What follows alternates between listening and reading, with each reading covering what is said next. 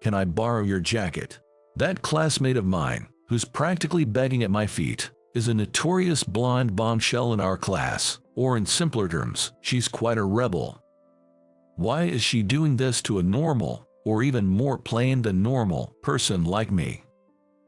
Apparently, she forgot to wear that thing women usually wear. Looking at her pleading with such urgency, I couldn't help but give in. My name is Jacob Miller. I am a high school senior, like any other. By the time you reach your senior year in high school, you're probably thinking about college entrance exams. Being that my only talent is studying, of course, I'm doing my best to prepare for the SAT.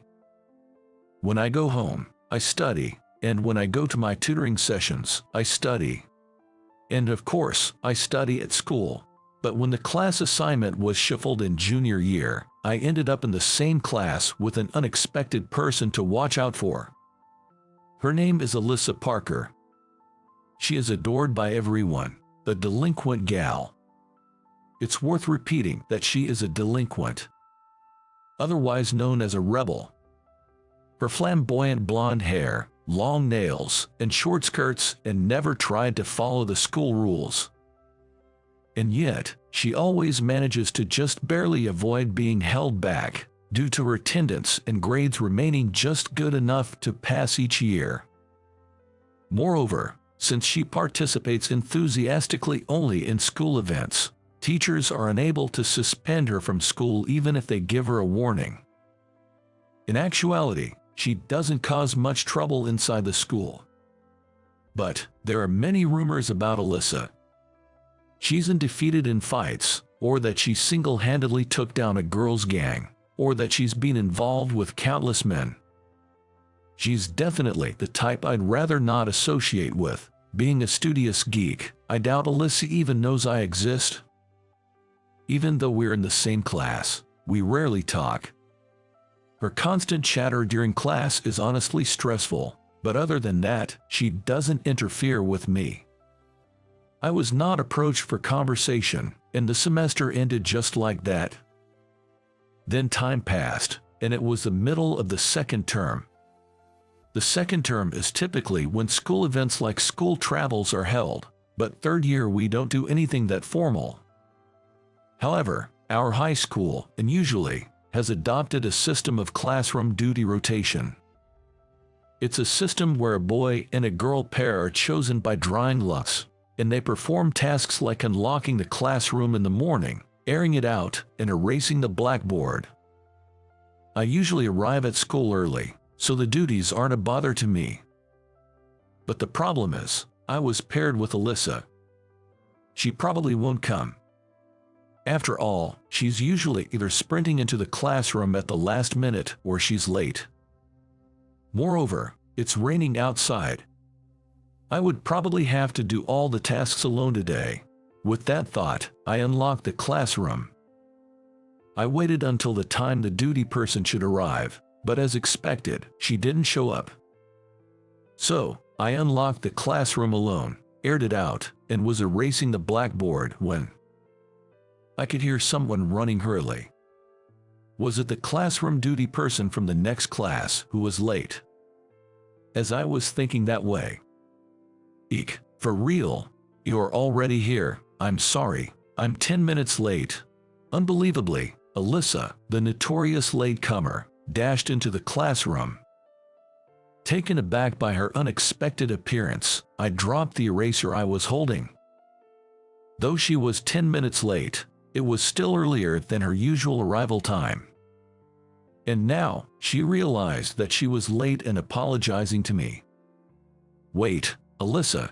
As I stood there in bewilderment, she tossed her near-empty backpack onto her desk and asked, "Oh, you've finished everything already, you're fast. Is there anything left to do?" Well, I haven't changed the water in the vase yet." "Okay, I'll do that." Alyssa grabbed the vase and exited the classroom. It was a shock to me that Alyssa had shown up at all, and I only noticed she was soaking wet as she was leaving the room. She must have run to school, thinking she was going to be late. I hope she wouldn't catch a cold. And yet, she took an extraordinarily long time to come back, even though she just went to change the water in the vase. I wondered if something happened, but we weren't exactly friends, so I sat down at my desk and started studying. Then, 10 minutes later, hey, I heard a voice from behind me. It was coming from the door at the back of the classroom. Turning around, I saw her looking awkwardly in my direction. Holding a vase, when our eyes met, she asked, "Will you listen to my request?" A favor, from her, for me. I turned to her in confusion. Upon closer inspection, her face was flushed. On top of that, she was acting strangely. What? Then she put the vase on a nearby desk, quickly slid over to me. And then she suddenly bowed down deeply. "What? Can I borrow your jacket?" she exclaimed in a voice almost like a shout. "My jacket? Why? If you're wet, you can change into gym clothes." That was what I thought. She was wet and wanted to change clothes. It's fall now. There's a risk of catching a cold. So, I thought gym clothes would be a better option. I suggested that to her. But she didn't look up. Silence lingered for a while. If it was the usual bubbly and noisy Alyssa, she would have replied something like, "Oh, that might be a good idea." Something was wrong. As I was thinking that, she murmured, "Yay, that's it. Huh. I forgot to put that on, because I was in a hurry. I thought I was going to be late." What? She dropped a shocking statement in desperation. Being at a sensitive age, I was too surprised and let out a cry. By that, she meant the innerwear that supports her bust, right? I was confused. But then I understood why she couldn't look up. She just couldn't. Because her uniform was wet and see-through. Nothing stood out on her see-through back. There's no sign of that which should be there. That means she's wearing nothing underneath her uniform. I hurriedly took off my jacket, draped it over her, and then turned my back on her. Indeed, there was no point in wearing her gym clothes in this state. The blazer was thick and would easily hide the front. You can wear this. Is your home far away? One stop by train. In that case, why don't you go home wearing that for now? If you leave now, you should be able to come back by second period. It would indeed be tough for a girl of her age to attend class in this condition. Especially since there's PE class today. When I said that, she whispered, "Thank you." Then she grabbed her bag and left the classroom. Of course, afterward, I was asked by my friends and teachers, "What happened to your jacket?" But if they knew that I lent it to Alyssa, I would have to explain the whole situation. So, in a split second, I blurted out a stupid joke with a straight face. I got mugged. Since I'm not the type to say such things often, it was well received by those around me. I lied to the teacher, saying, I didn't manage to get my laundry done in time. But my silly joke would later come back to haunt me. Because Alyssa appeared during the second period. Even though I said that, honestly, I thought Alyssa would play hooky today. She was attending class properly that day. "Oh, Jacob, I'll wash and return your jacket tomorrow, okay?" Alyssa shouted out loud, and coupled with my joke, a surreal joke about Jacob, who got mugged by Alyssa, spread like wildfire. And when Alyssa, who had heard that, got extremely carried away and said, "Jacob, lend me your notebook." "Hey, hold on, that one's not finished yet." She started to tease me like this, and people around me started to tease, "Jacob is being mugged by Alyssa again today." So, I created a notebook for Alyssa so that she could take it. Getting it back every time is a hassle, and while my notes are verbatim from class, the notebook is simplified so even Alyssa can understand it. They say you need 3 times the knowledge to teach someone, and that's exactly true. When trying to break things down so that they can be understood at Alyssa's academic level, I felt my lack of knowledge. I need a good vocabulary, too. Making Alyssa's notebook was fun in my life of repeating the same studying every day. I wrote thinking that even Alyssa would understand if I wrote this clearly, but she would always ask, "Hey, Jacob, what does this mean? I don't understand just this part." Every time she said that, I was filled with determination to make a notebook that was even easier to understand, and that she wouldn't say she didn't understand. Well, initially, I had just prepared a notebook that was simplified very basically. But, you see, I tend to get a bit obsessed. I just can't help but put a lot of effort into it. After all, if I'm going to show it to someone, it would be better if it can help them study. That's why I ended up getting a bit too fired up. But it also helped me study, and I had fun doing it, so it's all good. Thanks to Alyssa, I've had more opportunities to talk with my classmates too. As we continued like this, time flew by, and the second semester was about to end. By the time we finished our final exams and were just waiting for them to be returned, I came down with a fever and had to stay in bed. There's not much class left after the exams are returned, so I thought it was kind of a blessing in disguise that I fell sick during this period. Fortunately, my high school is near my home. In fact, I chose this high school mainly because it's near my home. I figured I'd have someone bring my test home. Then I could check the parts I got wrong. With that in mind, I sent a message to a friend.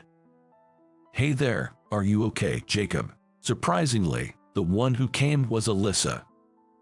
"Why, Alyssa?" I was shocked when I got a reply from my friend saying, "Alyssa has taken your test." It seems Alyssa came to deliver my test in place of my friend. "Sorry for the trouble, thank you." "No worries, I also had something to tell you, Jacob." As I sat up, Alyssa handed me the test paper. The score was about as expected, and I was satisfied, but upon closer inspection, there were several other answer sheets behind mine. The scores were 70 and 68 for the math and English tests, respectively. This wasn't my answer sheet. Incredibly, that answer sheet belonged to Alyssa. Alyssa was more prone to failing grades. Moreover, I distinctly remember Alyssa failing consistently in math and English, the subjects Alyssa struggled with the most. Forgetting about my fever, I was so surprised my eyes nearly popped out. Seeing this, Alyssa flashed a wide grin. "Remember the notes you gave me, Jacob? They were incredibly easy to understand, and you even explained parts I didn't get, so my grades shot up thanks to that. It's all thanks to you, Jacob, thank you." With that, Alyssa wore a sparkling bright smile, unlike anything I had ever seen. Seeing that smile, I felt extremely happy. Of course, my part in lending the notes contributed to this, but it was Alyssa's hard work studying that ultimately reflected in the results. The notes were really easy to understand and interesting. I found myself studying at home before I knew it, and I wanted you, Jacob, to be the first to know about my test results. That's why I came over. Haha, you did great, Alyssa. From usually scoring around 30, that's incredible. Exactly. Now I can surprise my family. Having said that, Alyssa turned to me again and suddenly bowed in appreciation. "You know what? I know I'm being presumptuous, but could you teach me next time?" Well, sure.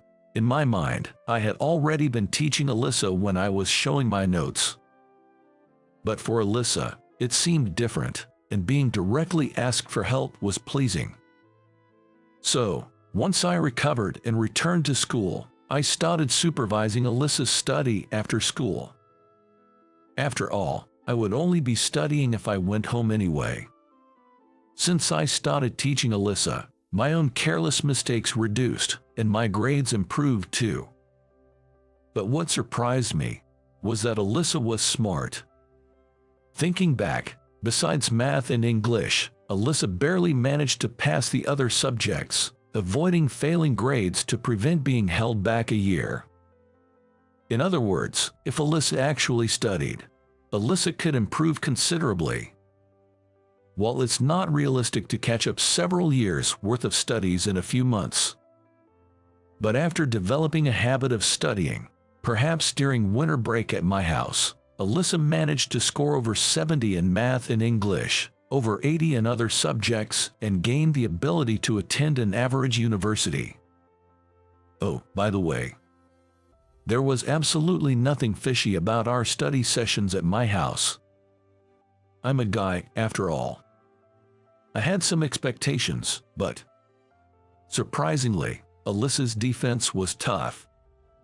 Rumors of her being involved with multiple guys turned out to be completely false. The rumor that she never loses a fight seems to be true, though. If I'm going to kiss, it has to be with my lover. That's what she used to say while fiddling with her nails. So I was not in her eyes. But then, out of the blue, "Would you mind if I kiss you, Jacob?" At our high school graduation ceremony, while everyone was signing yearbooks, Alyssa said that to me. "What, you mean? Ha ha ha, you're too insensitive. Even I would feel something after spending so much time with you." Alyssa laughed as she said that, but her face, it was redder than the time she forgot to put that. She looked so adorable that I pulled her out of the bustling classroom during our graduation ceremony and took her to the relatively empty courtyard. What? Is this what I think it is? A confession? Alyssa was trying to hide her embarrassment with her usual light-hearted remarks, but her eyes were darting around and her face was beet red all the way to her ears.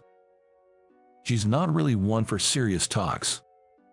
I knew that, but as a guy, I wanted to look cool. Yeah, that's the plan. I mean, I like you, Alyssa.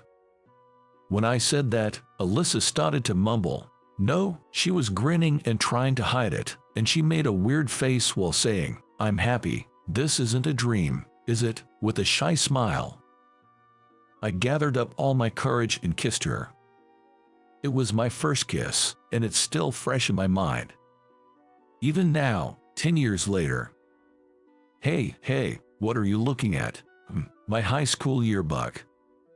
It's been 10 years since then. Now, we're both 28, married, and living together in a small apartment. Although we'll be moving into a house soon. So, while packing, I found the yearbook and started reminiscing about old times. Yikes, that's my embarrassing past. No, throw it away right now. All your photos are from when you were a Jersey Shore girl, aren't they, Alyssa? Stop, don't look. Alyssa, who used to be a flashy party girl, had transformed into a sophisticated college student after high school graduation. We went to different colleges but would teach each other the classes we attended, sharing our knowledge. Of course, we went on regular dates too. So for Alyssa, who had left her partying days behind, the yearbook was a reminder of her embarrassing past. But for me, it's a cherished memento, and I have no plans to throw it away. Hey, don't get too excited, you'll startle our baby. That's true, Alyssa said as she rubbed her belly. She's working hard to nurture the fruit of our love. That's something I can't do. So instead, I'm determined to protect Alyssa and our soon-to-be-born child. With that resolve, I closed the high school yearbook and gently stored it in a large box full of family albums. So, how was that? Your subscription to our channel encourages us to continue producing content. See you in the next video.